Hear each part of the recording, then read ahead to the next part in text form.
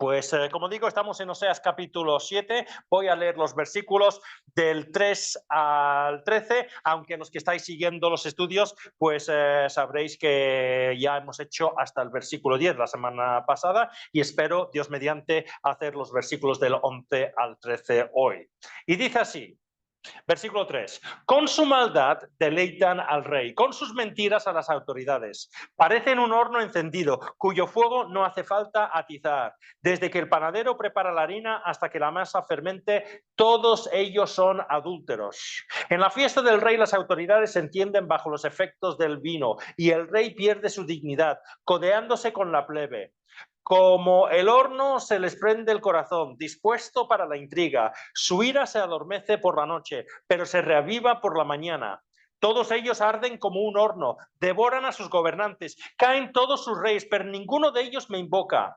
Efraín se mezcla con las naciones, parece una torta cocida de un solo lado. Los extranjeros le minan las fuerzas, pero él ni se da cuenta. Su pelo se ha encanecido, pero él ni se da cuenta. La arrogancia de Israel testifica en contra suya, pero él no se vuelve al Señor su Dios. A pesar de todo esto, no lo busca. Efraín es como una paloma, torpe y sin entendimiento, que unas veces pide ayuda a Egipto y otras recurre a Siria. Pero tan pronto como lo hagan, lanzaré mi red sobre ellos, los derribaré como las aves del cielo. 7 veces los castigaré por sus pecados. Ay de ellos que de mí se alejaron, que sean destruidos por rebelarse contra mí. Yo bien podría redimirlos, pero ellos no me hablan con la verdad. Entonces, continuamos con nuestros estudios de Oseas y como expliqué ya hace unas semanas, estamos en la cuarta sección de esta segunda parte del libro, esta segunda parte que comienza en Oseas capítulo 4 y desde el capítulo 4 Dios ha estado resaltando la maldad que hay en Israel. Y cada capítulo tiene un énfasis un poquito diferente. Y en este capítulo el énfasis es que esa maldad está llevando a una decadencia a Israel, que ya no pueden volver al Señor, es que ni se dan cuenta de lo mal que están. Y la semana pasada vimos, entre otras cosas, que Israel se mezclaba con otras naciones. Hacían las cosas confiando en dioses y potencias extrañas y eso, como vimos, les hacía quedarse sin fuerza. Dice que te estás quedando canoso y no te das cuenta, estás debilitándote y no te das cuenta. Y a pesar de todo eso, acabamos con el versículo 10, la última parte del versículo 10 dice, a pesar de esto, no le buscan. Es que la maldad había llegado a tanto a afectarles, tozudez, que incluso mirando todo el mal que estaba a su alrededor, no eran capaces de volver al Señor. Y en un sentido, continuamos en el versículo 11 o en los siguientes versículos con unas ideas similares. Entonces vamos a ir al versículo 11 que dice, Efraín es como una paloma, torpe y sin entendimiento, que unas veces pide ayuda a Egipto y otras recurre a Asiria. En primer lugar, en este versículo, el Señor compara a Israel con una paloma. Claro, dependiendo de lo que pensamos con las palomas, pues pueden simbolizar diferentes cosas. Para los que estamos en Reus últimamente, son unos pájaros sucios que nos causan problemas, ¿vale? Sobre todo aquí en el pasillo que tenemos ahí. Pero también sabemos que la paloma blanca es la paloma de la paz y también sabemos que simbolizó en el bautismo de Jesús, pues la presencia del Espíritu Santo bajando sobre el Señor fue en forma de una paloma. Pero aquí en nuestro versículo tiene una connotación negativa. Nuestro versículo habla de una paloma torpe. La idea en el original es es un pájaro, es una paloma tonta, fácilmente engañada. También habla de una paloma sin entendimiento, que significa es que no saben lo que está pasando, están viendo lo que está pasando, pero no se enteran de lo que está pasando. La idea es que la paloma es un pájaro errático, volando de un sitio a otro donde encuentra la comida. Y algunas veces lo vemos, que estamos paseando por el paseo y de repente vuelan un montón de palomas porque han visto que alguien está tirando pan ahí y parece casi que te van a golpear en la cabeza, ¿vale? Pero la idea es que la paloma es tan errática y simple que algunas veces, buscando esa comida, se mete en un lugar peligroso. Antiguamente, una de las formas de cazar pájaros era poner redes entre diferentes árboles, ¿vale? Y entonces, como los pájaros iban volando y mirando la comida, no se daban cuenta que justo delante de la comida había una red y quedaban enredados en la trampa. Pues eso es lo que pasaba a Israel, que estaba volando como un pájaro sin entendimiento, sin darse cuenta que se estaba metiendo en una trampa. Y el Señor en nuestro versículo explica claramente por qué cree que son así, porque dice que van buscando ayuda, algunas veces en Egipto y algunas veces en Asiria. Los pueblos pequeños, como Israel en esa época, tenían un problema, estaban rodeados de superpotencias, ¿vale?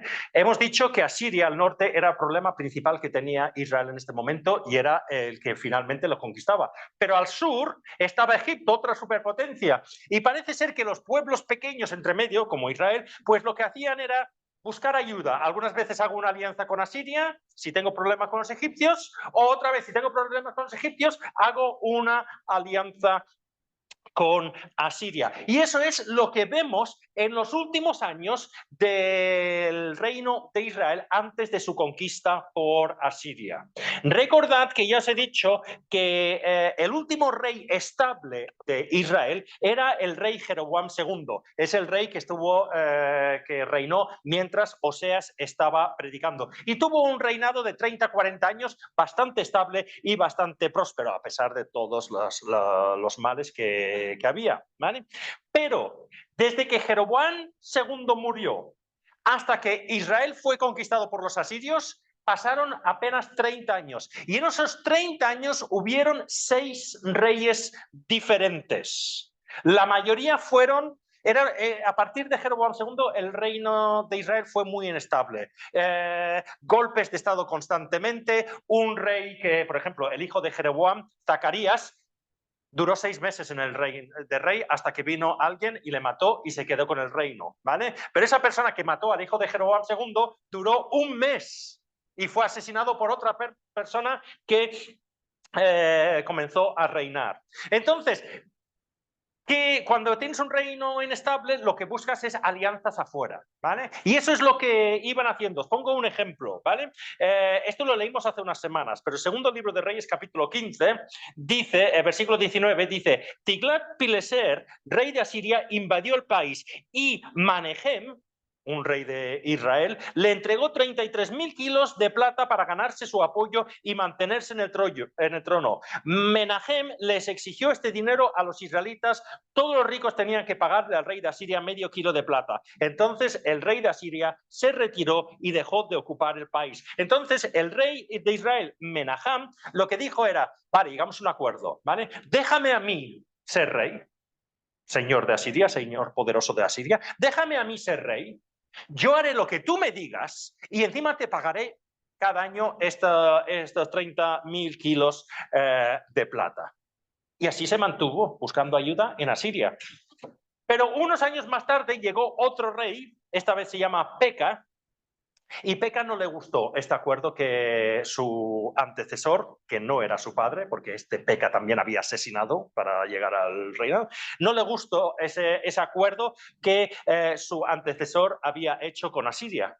Así que no lo vamos a leer ahora porque no nos daría tiempo, pero si leemos Isaías capítulo 7, vemos que el rey Peca hace una alianza con el rey de Damasco para librarse del yugo de Asiria. La Biblia no dice específicamente que se aliaron con Egipto, pero la mayoría de los historiadores entienden que Israel es un reino pequeño, Damasco era un reino pequeño. La única manera que podían lograr rebelarse contra Siria era con ayuda de Egipto, aunque no lo diga específicamente la Biblia. Así que parece que Peca dejó a Siria y fue a Egipto. Ahora, luego, finalmente llegó otro rey unos años más tarde que hizo las dos cosas a la vez. Menahem había ido a Siria, Peca fue a Egipto, pues el último rey, Oseas, hizo alianzas con los dos. Segundo libro de Reyes, capítulo 17. Salmanasar, rey de Asiria, atacó a Oseas. Oseas es el rey, no es el profeta aquí, ¿vale? Es un rey. Lo hizo su vasallo y le impuso tributo. Básicamente lo que había hecho con Menahem, ¿vale? Oye, tú págame el dinero, haz lo que yo te diga y te dejo reinar. Y Oseas estuvo de acuerdo. Ahora, más tarde, el rey de Asiria descubrió que Oseas, el rey, lo traicionaba. Pues este había enviado emisarios a So, rey de Egipto, y además le dejó de pagar el tributo anual. Oseas dijo, mira, me voy a librar de Asiria haciendo una alianza con Egipto. Por eso el rey de Asiria mandó a arrestarlo y lo metió en la cárcel. Y no solamente eso, poco después el rey de Asiria dijo, yo ya estoy cansado de esto, dejémonos de reyes, conquistamos todo Israel y le hacemos una provincia y nos quitamos todos los problemas. Lo único que estoy haciendo es mencionando estos tres reyes diferentes que en vez de confiar en el Señor buscaban alianzas humanas y cada vez esas alianzas les debilitaban. Eran como las trampas que pillaban a las palomas. Las palomas solo se fijaban en la comida. Iban volando rápido, uy, comida, hay pan en el suelo, y no se dieron cuenta que había una red que les atrapaba. Pues lo mismo pasaba con Israel. El rey decía, uy, esta es mi manera de mantenerme en el poder, voy para ahí, sin darse cuenta que se estaban metiendo en una trampa y esas alianzas cada vez les estaban debilitando más. Y mi pregunta es si nosotros hacemos lo mismo. Muchas veces no confiamos en el Señor y como palomas torpes volamos allá donde creemos que encontraremos la solución a nuestros problemas sin darnos cuenta que nos estamos metiendo en una trampa. Como cristianos, como iglesia, es hora de parar, como cristianos individuales, parar, por ejemplo, de confiar en mi trabajo, esa es la solución, mis fuerzas, mi cuenta corriente y un sinfín de cosas que nos estamos obsesionando con esto, diciendo, esa es la solución, y el Señor está diciendo, cuidado, Michael, porque te estás metiendo en una trampa y te está debilitando. Como iglesia, es hora de parar de mirar filosofías humanas y políticas humanas para solucionar los problemas de esta sociedad. Porque nuevamente decimos, la solución es esto, la solución es otro. No, no, estamos como una paloma torpe, volando hacia lo que creemos que es la solución, sin darnos cuenta que nos están metiendo en una trampa. Todo lo que no es confiar en el Señor nos va debilitando y llevando al desastre. La única solución es el Señor. No seamos esas palomas tontas, torpes, que están buscando ahí la solución en diferentes sitios. Eso es lo que nos dice el versículo 11. Pero el versículo 12 dice, pero tan pronto como lo hagan, lanzaré mi red sobre ellos, los derribaré como las aves del cielo. Esa es la primera parte del versículo 7. Y realmente este versículo es una continuación de la idea del versículo anterior. La idea es que el juicio viene y ninguna alianza, ni con Egipto ni con Asiria, servirá de nada. En el versículo 11 hemos hablado de las palomas que volaban a Egipto y a Siria. Pero Dios dice en este versículo que va a lanzar una red sobre ellos. Porque había otra forma de pillar a los pájaros antiguamente, que es ir a donde había un grupo de pájaros, quizás comiendo, y lanzar una red. Y claro, cuando ellos escuchaban que venía la red, volaban para arriba, pero ya demasiado tarde. La red caía sobre ellos y les atrapaba. Pues Dios va a hacer lo mismo. Derribará a las aves, las va a cazar. Hay una idea similar en el profeta Amós. Si os acordáis, muchas veces hemos dicho que Amós es el profeta de Israel y de la misma época que Oseas, ¿vale? Está hablando al mismo pueblo. Y dice lo siguiente el Señor por Amós: aunque se esconden en lo profundo del sepulcro, de ahí los sacará mi mano. Aunque suban hasta el cielo, de ahí los derribaré. Porque los de Israel decían, no, nosotros solucionaremos todo esto, ¿vale?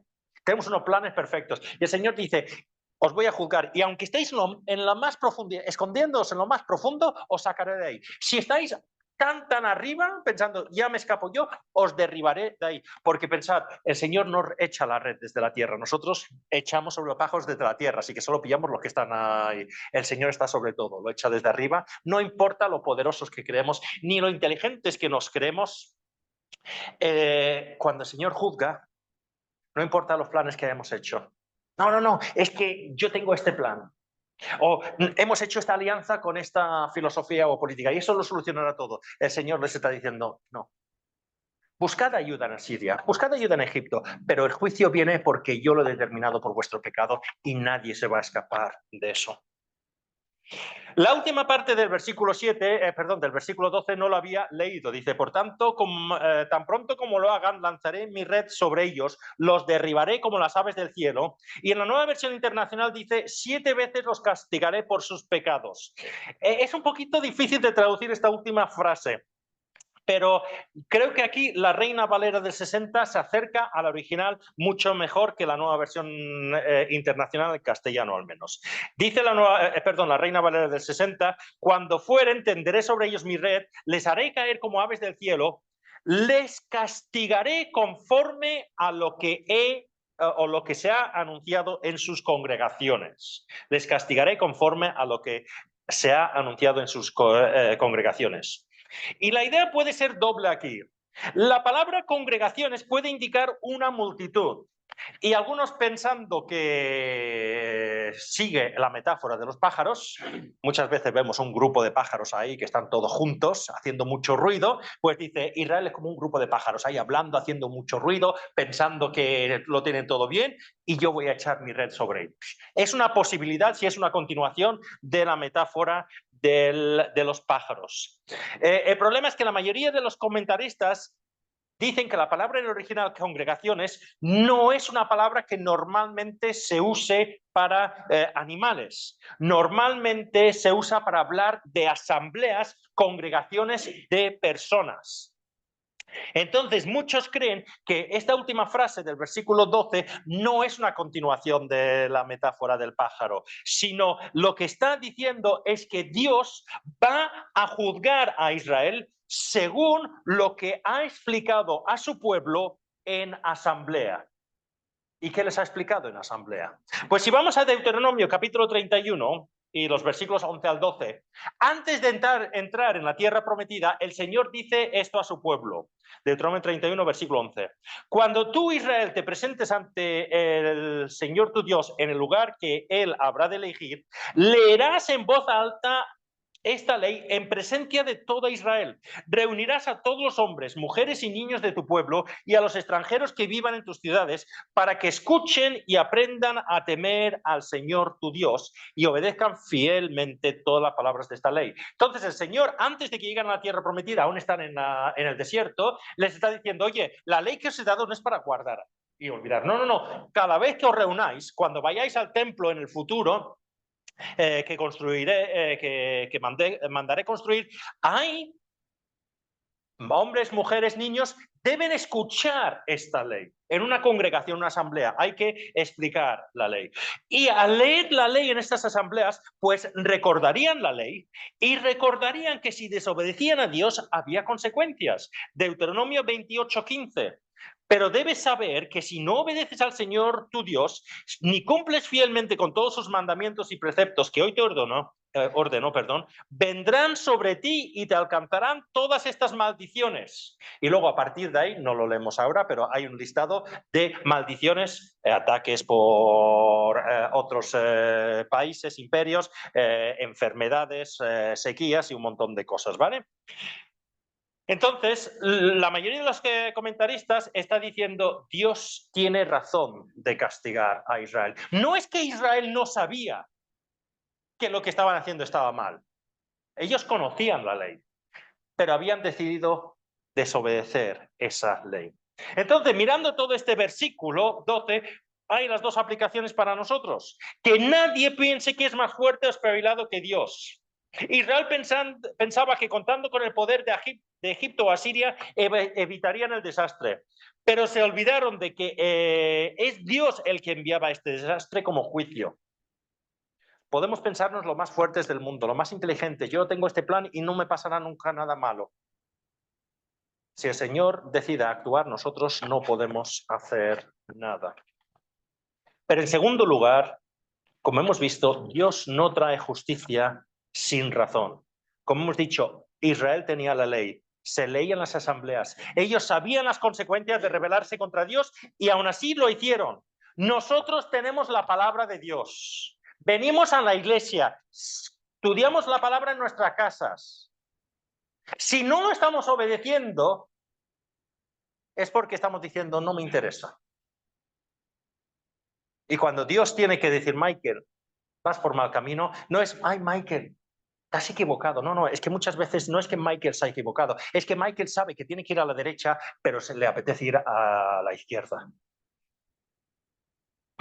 Y esta idea se ve en el principio del versículo 13.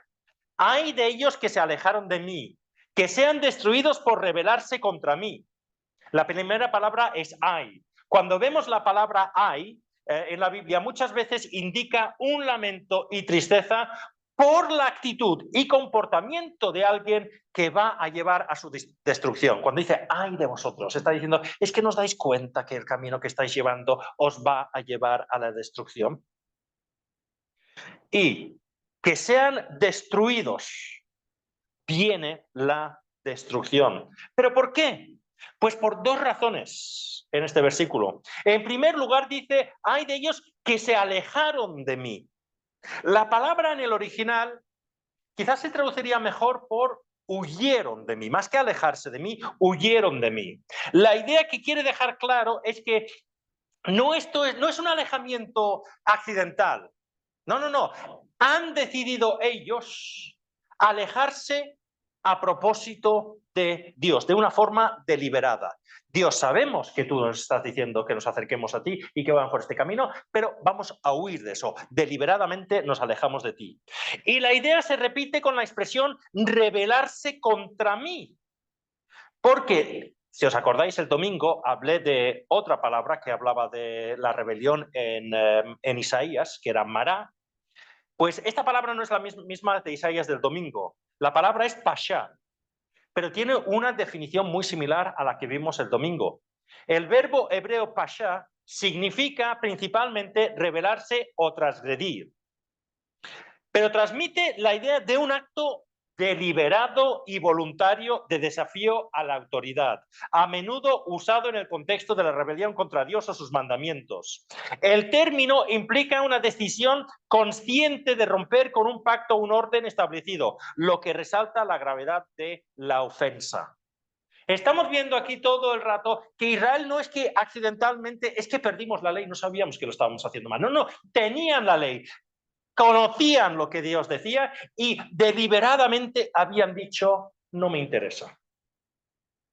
Y hago la misma pregunta que hice el domingo. ¿Cuántas veces nosotros, como cristianos individuales e iglesia, sabiendo lo que Dios dice en la palabra, decidimos voluntariamente y conscientemente desafiar esa voluntad?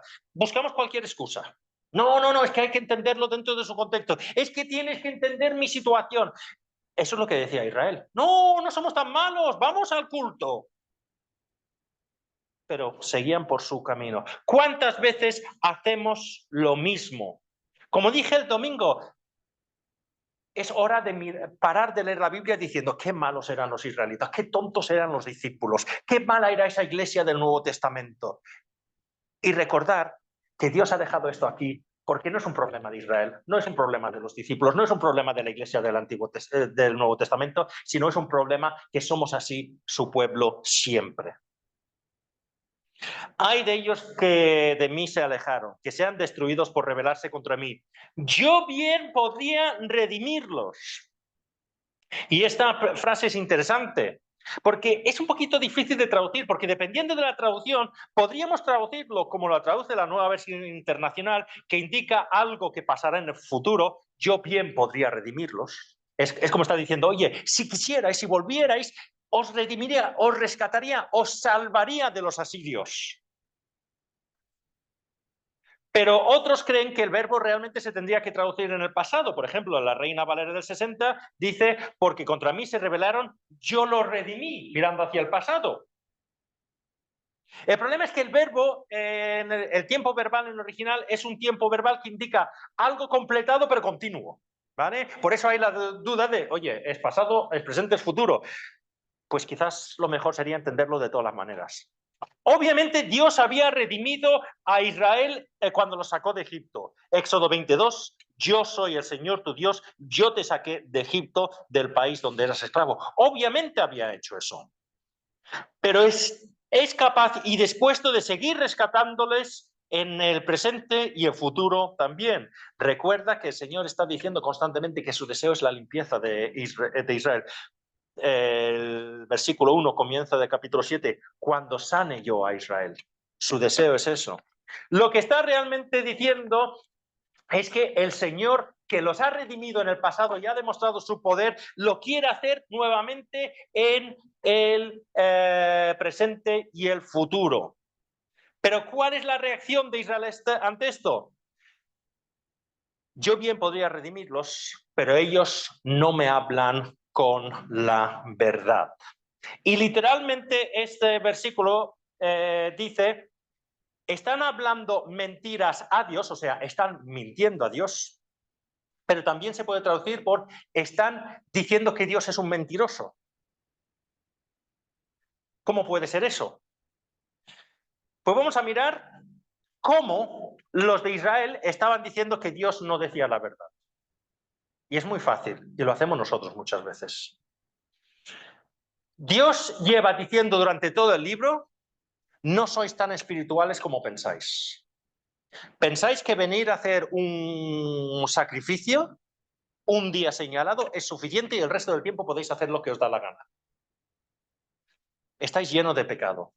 ¿Y cuál era la respuesta de Israel a esto? Pues lo vimos en el capítulo 4, Oseas 4:4, que dice que nadie acuse ni reprenda a nadie. Tu pueblo parece acusar al sacerdote. Y vimos ahí que uno de los significados de ese, tu pueblo parece acusar al sacerdote, es que cuando un hombre de Dios venía y dice, oye, Dios ha dicho esto, el pueblo decía, yo no, eso es otro. Yo soy buena persona.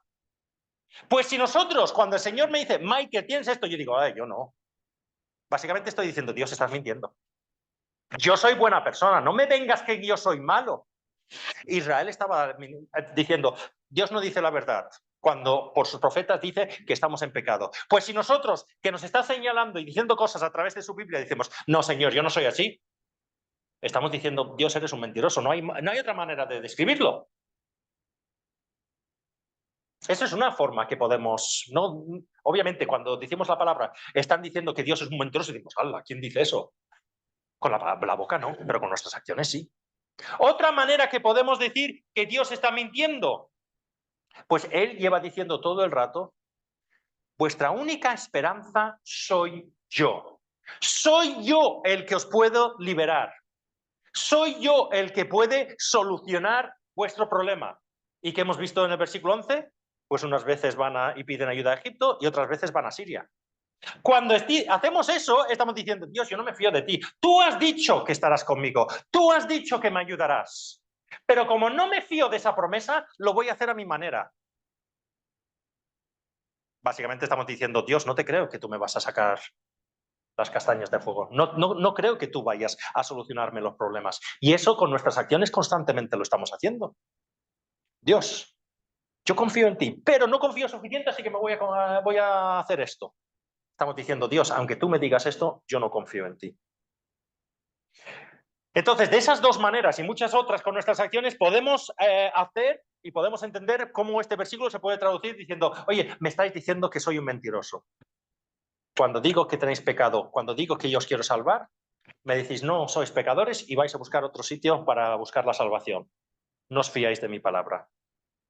Pero por último, también no solamente con nuestras actitudes hacemos que Dios parezca un mentiroso, sino también, obviamente, mentimos a Dios.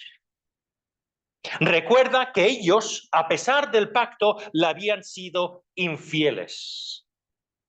Recordemos el ejemplo que el Señor está usando en todo este libro, el adulterio. La esposa de Oseas había hecho un pacto con Oseas al casarse. Ella sabía que hacer el adulterio era romper ese pacto y lo hizo. Pues lo mismo Israel está diciendo, nosotros amamos al Señor, nosotros somos pueblo de Dios. Y dice, ya, pero con vuestras acciones no lo estáis demostrando. Recordad lo que vimos al principio del capítulo 6 de Oseas. Venid, volvamos al Señor. Él nos ha despedazado, pero nos sanará. Nos ha herido, pero nos vendará. Después de 2 días nos dará vida. Al tercer día nos levantará y así viviremos en su presencia. Conozcamos al Señor, vayamos tras su conocimiento. Tan cierto como que sale el sol, Él habrá de manifestarse. Vendrá a nosotros como la lluvia de invierno, como la lluvia de primavera que riega la tierra. Y todos, cuando lo estudiamos, dijimos, por fin Israel se ha dado cuenta. Se están arrepintiendo. Están volviendo al pacto. Y luego el chasco que nos llevamos en el versículo 4. ¿Qué voy a hacer contigo, Efraín? ¿Qué voy a hacer contigo, Judá? Vuestro amor es como una nube matutina, como rocío que temprano se evapora. Habláis mucho de amor, pero vuestras actitudes demuestran que no. Muchas veces el pueblo de Dios, y cuando digo pueblo de Dios, hablo de la iglesia, vivimos de la misma manera, diciendo, no, nosotros somos pueblo especial, estamos en una relación especial con el Señor, pero nuestro amor es como la de Gomer. Sí, sí, yo estoy casado con Oseas. ¿Y de qué te sirve si estás con tus amantes? Entonces, que el Señor nos ayude, y con esto voy a acabar, que el Señor nos ayude a no ser como esa paloma tonta y sin entendimiento, que solo busca la comida y no se da cuenta que se está metiendo en trampas. El Señor vendrá y juzgará. No tenemos excusa, el Señor nos ha dado su palabra, la conocemos. Y cuando no la obedecemos y decimos, voy a hacer esto, porque el Señor seguro lo entenderá, o tiene que entender la situación, o yo no soy tan malo, no podemos, porque el Señor nos lo ha dicho lo que es correcto y lo que no es. Como hemos visto, muchas veces nos alejamos de Dios, mejor dicho, huimos de Dios, nos rebelamos contra Él. Y aunque Él podía curarnos, solucionar este problema, nosotros decimos, bueno, Dios es un poquito exagerado, no soy tan malo como piensa. Dios, ya sé que me prometes que solucionarás, pero yo prefiero solucionarlo de esta manera porque no me fío de ti. Y vivimos unas vidas de mentira, diciendo que somos cristianos, que somos pueblo de Dios, pero muchas veces viviendo como Gomer, diciendo, sí, sí, yo soy mujer de Oseas.